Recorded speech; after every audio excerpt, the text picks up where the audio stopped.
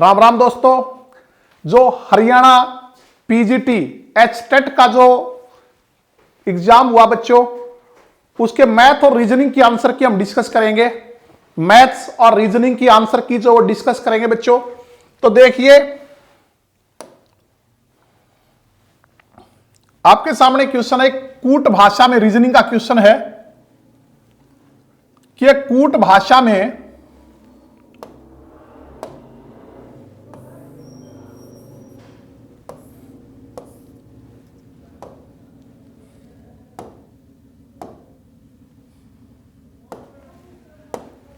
तो बच्चों एक कूट भाषा में डिस्टेंस को यह लिखा जाता है और डॉक्यूमेंट को यह लिखा जाता है। तो इसी समान कूट भाषा में थर्सडे को क्या लिखेंगे? तो इसका आंसर होगा बी, THVSREYA।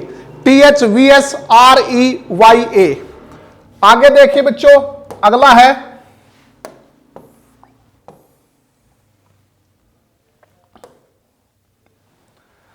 अगला हमारा क्वेश्चन है, कमल 10 मीटर उत्तर की ओर चलता है, वहां से वह दक्षिण की ओर 6 मीटर चलता है, फिर वह पूर्व की ओर 3 मीटर चलता है, वह अपने शुरुआती बिंदु के संदर्भ में किस दिशा में है?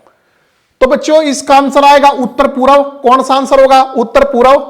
तो अगले पे चलते हैं बच्चों।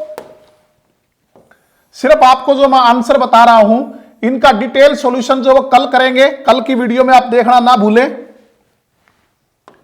इसी तरह प्रथम वर्ष में गांव की जनसंख्या में 5% की वृद्धि हो जाती है, अगले वर्ष में 5% की कमी हो जाती है। यदि दूसरे वर्ष के अंत में जनसंख्या 79,800 थी, तो प्रथम वर्ष के आरंभ में जनसंख्या कितनी थी? तो इसका आंसर आएगा बच्चों सी, 80,000। अगला आपका क्वेश्चन है, निम्न श्रेणी में गलत पद ज्ञात कीजिए। तो इसका आंसर है तीसरा सी, 15LS। तो आगे चलते हैं बच्चों। तो मैं फिर बता रहा हूं आपको, मैं सॉल्यूशन नहीं करवा रहा, सिर्फ आंसर बता रहा हूं। सॉल्यूशन कल वीडियो में देखना ना भूलें, कल करते हैं इनके सॉल्यूशन। अब आप अपने आंसर जो मिला लीजिए। दो बेलनों की त्रिज्या 2:3 के अनुपात में, उनकी ऊंचाइयां 5:3 के अनुपात में है, उनके आयतनों के मध्य क्या अनुपात है? तो ये होगा बच्चों 20:27। 20:27। अगला है, श्रीमान एक्स ने श्रीमती वाई के लिए कहा, श्रीमती वाई मेरे माता के पुत्र की पत्नी है, श्रीमान एक्स श्रीमती वाई से किस प्रकार संबंधित है? तो बच्चों इसका आंसर होगा ससुर। क्या होगा? ससुर। तो आगे चलते हैं बच्चों। अगला क्वेश्चन देखिए। अगला बच्चों, वर्णों का क्रम बदले बिना तथा प्रत्येक वर्ण को एक बार प्रयोग करते हुए हार्टलेस कितने स्वतंत्र सार्थक शब्दों में विभाजित किया जा सकता है? वर्णों का क्रम बदले बिना प्रत्येक वर्ण को एक बार प्रयोग करते हुए जो हार्टलेस है, कितने स्वतंत्र सार्थक शब्दों में जो है वो विभाजित किया जा सकता है? तो बच्चों इसका आंसर होगा 2, क्योंकि एक ही बार यूज करना है। HEARTLESS। एक हार्ट हो गया, एक लेस हो गया, स्वतंत्र। ठीक है, बाकी देखो रीजनिंग है, आंसर क्या देता है। वैसे तो इसके कई शब्द बनाए जा सकते हैं, वैसे अलग अलग तो ही बनता है, ईयर बनता है, आर्ट बनता है, हार्ट बनता है, लेस बनता है। लेकिन बच्चों इन्होंने कहा कि वर्णों का क्रम बदले बिना प्रत्येक वर्ण को एक बार प्रयोग करते हुए हार्टलेस कितने स्वतंत्र सार्थक शब्दों में विभाजित किया जा सकता है? तो प्रत्येक वर्ण को एक बार प्रयोग करेंगे। ठीक है, तो कितने सार्थक शब्द बनेंगे? बाकी देखो इसका आंसर जो है क्या देता है बोर्ड। आगे चलते हैं। अगला बच्चों, एक परीक्षा में 27% विद्यार्थी अंग्रेजी में अनुत्तीर्ण हुए और 38% विज्ञान में अनुत्तीर्ण हुए। यदि 19% दोनों विषयों में अनुत्तीर्ण हुए हो, तो दोनों विषयों में उत्तीर्ण का प्रतिशत कितना है? तो इसका आंसर होगा 54%। कितना होगा? 54% बच्चों। अगला, निम्न संख्या श्रेणी के अगले पद हैं, तो इसके अगले पद आएंगे 10-10। क्या आएंगे? 10-10। बच्चों फिर कह रहा हूं, मैं सिर्फ आपको आंसर बता रहा हूं, अपने आंसर जो मैच कर लीजिए, और जो डिटेल सॉल्यूशन है कल की वीडियो में हम करेंगे। तो बच्चों देखिए आगे,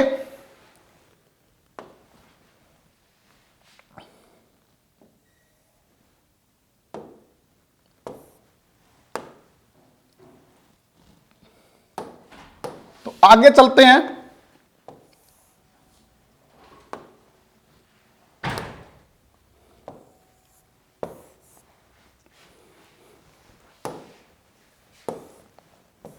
अगला है बच्चों, एक व्यक्ति धारा के विपरीत दिशा में 13 किलोमीटर और धारा की दिशा में 28 किलोमीटर नाव चलाते हुए हर बार 5 घंटे का समय लेता है, तो पानी की गति क्या है?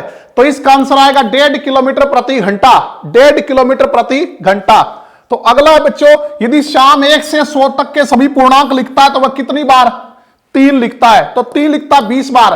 बच्चों यह बड़ा इंपॉर्टेंट क्वेश्चन है। 1 से 100 तक की जो गिनती लिखते हैं उसमें हम, ठीक है, उसमें हम 1 लिखते हैं 21 बार, 0 लिखते हैं 11 बार, और बाकी जो अंक हैं चाहे वो 2 हो, 3 हो, 4 हो, 5 हो, 6 हो, 7 हो, 8 हो, 9, उनको लिखते हैं 20-20 बार। चलते हैं बच्चों आगे।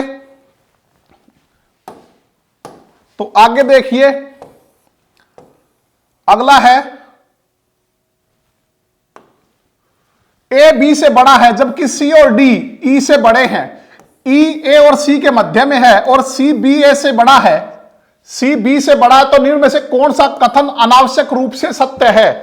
तो कौन सा कथन आवश्यक रूप से सत्य है? तो ये ई बी से बड़ा है, ई बी से बड़ा है। तो आगे चलते हैं, नेक्स्ट देखिए,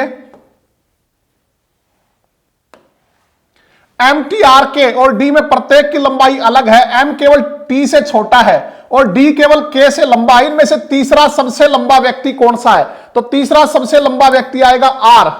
कौन सा होगा बच्चों? आर। अगला हमारा क्वेश्चन है,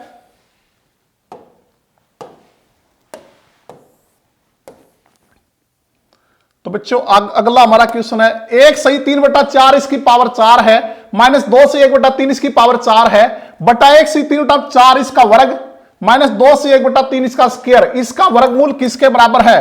तो बच्चों 2 सही 11/12 के, 2 सही 11/12। तो आगे चलते हैं, अगला देखिए, 5 वर्ष पश्चात पिता की आयु उसके पुत्र की आयु कितनी गुनी होगी? 5 वर्ष पूर्व पिता की आयु उसके पुत्र की आयु की 7 गुनी थी। पिता की वर्तमान आयु क्या है? तो यह आएगा बच्चों 40 वर्ष। क्या आएगा? 40 वर्ष।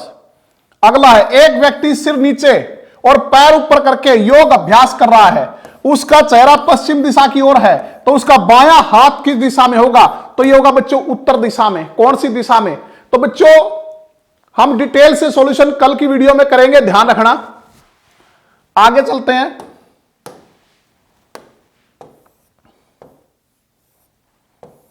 अगला क्वेश्चन है आपका ये, 2 नल ए और बी एक टंकी को पूर्णता भरने में क्रमशः 30 और 36 मिनट लेते हैं। दोनों नलों को खोल दिया जाता है। अब नल ए को कब बंद करना चाहिए कि टंकी 18 मिनट में एकदम भर जाए? तो बच्चों 15 मिनट बाद। कितने देर बाद? 15 मिनट बाद। अगला, 10% वार्षिक ब्याज दर पर अर्धवार्षिकी चक्रवृद्धि करने पर 800 रुपए की एक राशि 926.10 रुपए कितने वर्ष में बढ़ जाएगी? तो ये बनेगी बच्चों 1.5 वर्ष में। कितने वर्ष में? 1.5 वर्ष में। आगे देखिए, अगला है बच्चों, नेक्स्ट, 8, 15, 24 से विभाजित होने वाली न्यूनतम वर्ग संख्या क्या है? न्यूनतम वर्ग संख्या का अर्थ पूर्ण वर्ग संख्या, परफेक्ट स्क्वायर्स, जो इन तीनों से पूरी डिवाइड हो और साथ में परफेक्ट स्क्वायर हो। तो बच्चों 3600। क्या है? 3600। अगला, यदि 6 पेनों का विक्रय मूल्य 8 पेनों के क्रय मूल्य के बराबर है तो लाभ या हानि प्रतिशत में क्या है? तो यह होगा 33/1/3%। 33, सॉरी, तो बच्चों इसमें लाभ होगा, ये थोड़ा सा दोबारा ध्यान देना, ये आंसर नीचे रह गया इसका। तो ये जो क्वेश्चन हमारा 6 पेनों का विक्रय मूल्य 8 पेनों के क्रय मूल्य के बराबर है तो लाभ या हानि प्रतिशत में है, तो यह होगा 33/1/3% लाभ। ठीक है। तो बच्चों ये मैथ और रीजनिंग के जो क्वेश्चन थे उनके आंसर हमने डिस्कस किए। अगर कोई भी बच्चों बाई चांस कोई गलती हो गई हो तो कल हम डिटेल सॉल्यूशन करेंगे, तो उस टाइम जो है वो वीडियो जरूर देख लेना, मैथ और रीजनिंग का डिटेल, क्योंकि अभी तो ये टाइप नहीं है बच्चों, ये तो पेपर की पीडीएफ है। तो कल इनको जो डिटेल से सॉल्यूशन करेंगे। तो मिलते हैं नेक्स्ट वीडियो में, तब तक आप बने रहिए हमारे साथ। धन्यवाद।